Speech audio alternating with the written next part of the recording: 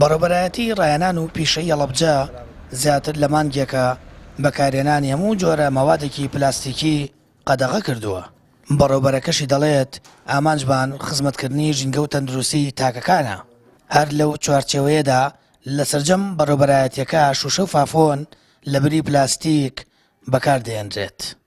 بڕیارەکە زۆر کاریگەری هەبوو چونکە لەلای ئێمە پاراستنی ژینگە و بەکارهێنانی پلاستیک کللتور نییە، بۆیە کە بڕیارێک دەرەکەین لەو بارەیەوە پێویستەکە سەرجەم ئەو لایەنانی لەگەڵمان ئیشەکەن یاخود کارمەندەکانی خۆمان پێوی پابند بن بۆ تا ڕادەیەکی زۆر وا نزیکەی ئێمە زیاتر لە مایەن کە و بڕیارەمان دەرکردووە کاریگەریەکەیمان بینیوە هەم لەوەی کە خاشاکمان لە بەڕێوەبەرایەتی خۆمان کەم کردوێتەوە و کەمیشە بینین لە ژیانی ڕۆژانەی خۆشمانەوەکو و تاک ڕەنگی داوەتەوە پلاستیکمان کەم کردوێتەوە بەکارهێنانی. بار محەممەد فەرمانبەرە و لە ماڵەکەی خۆی و فەرمانگەکەی مادەی پلاستیکی بەکار نایێنێ و لەبری ئەوە تورەکەی خام و کاغاز بەکاردێنێت. دەژڵێت هەموو کەسێک دەتوانێت لە ئاستی خۆیەوە بەکارهێنانی مادە پلاستیکیەکان کەم بکاتەوە.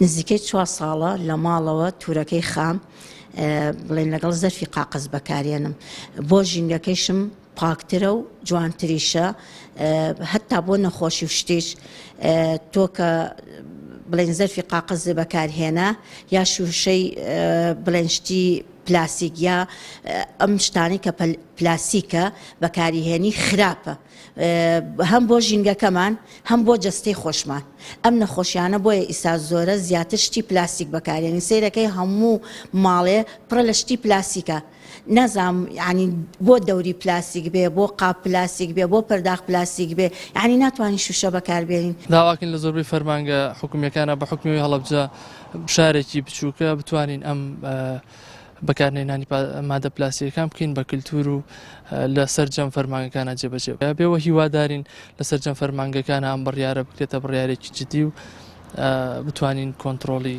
بەکارهێنانی مادەی پلاستیک تا ڕادەیەکی باش بکەین. بەکارهێنانی مادەی پلاستیکی لەسەر ئاستی دنیا هەڕەشەیەکی جددیە لەسەر ژینگە و تەندروستی تاک.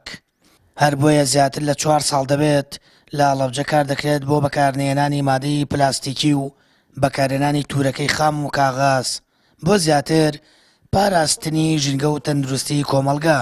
بەپێی زانیاریەکانی پەیام ڕۆژانە تەنیا لە ناو سنتەری قەزای پارێزگای هەڵەبجە 80 تۆن خۆڵ و خاشاک کۆ دەکرێتەوە کە 7 تۆنی بریتە لە مادە پلاستیکیەکان. ئەوەش ڕێژەیەکی زۆرە و بە مەترسی گەورە بۆ سەر ژینگە و تەندروستی دادەنرێت.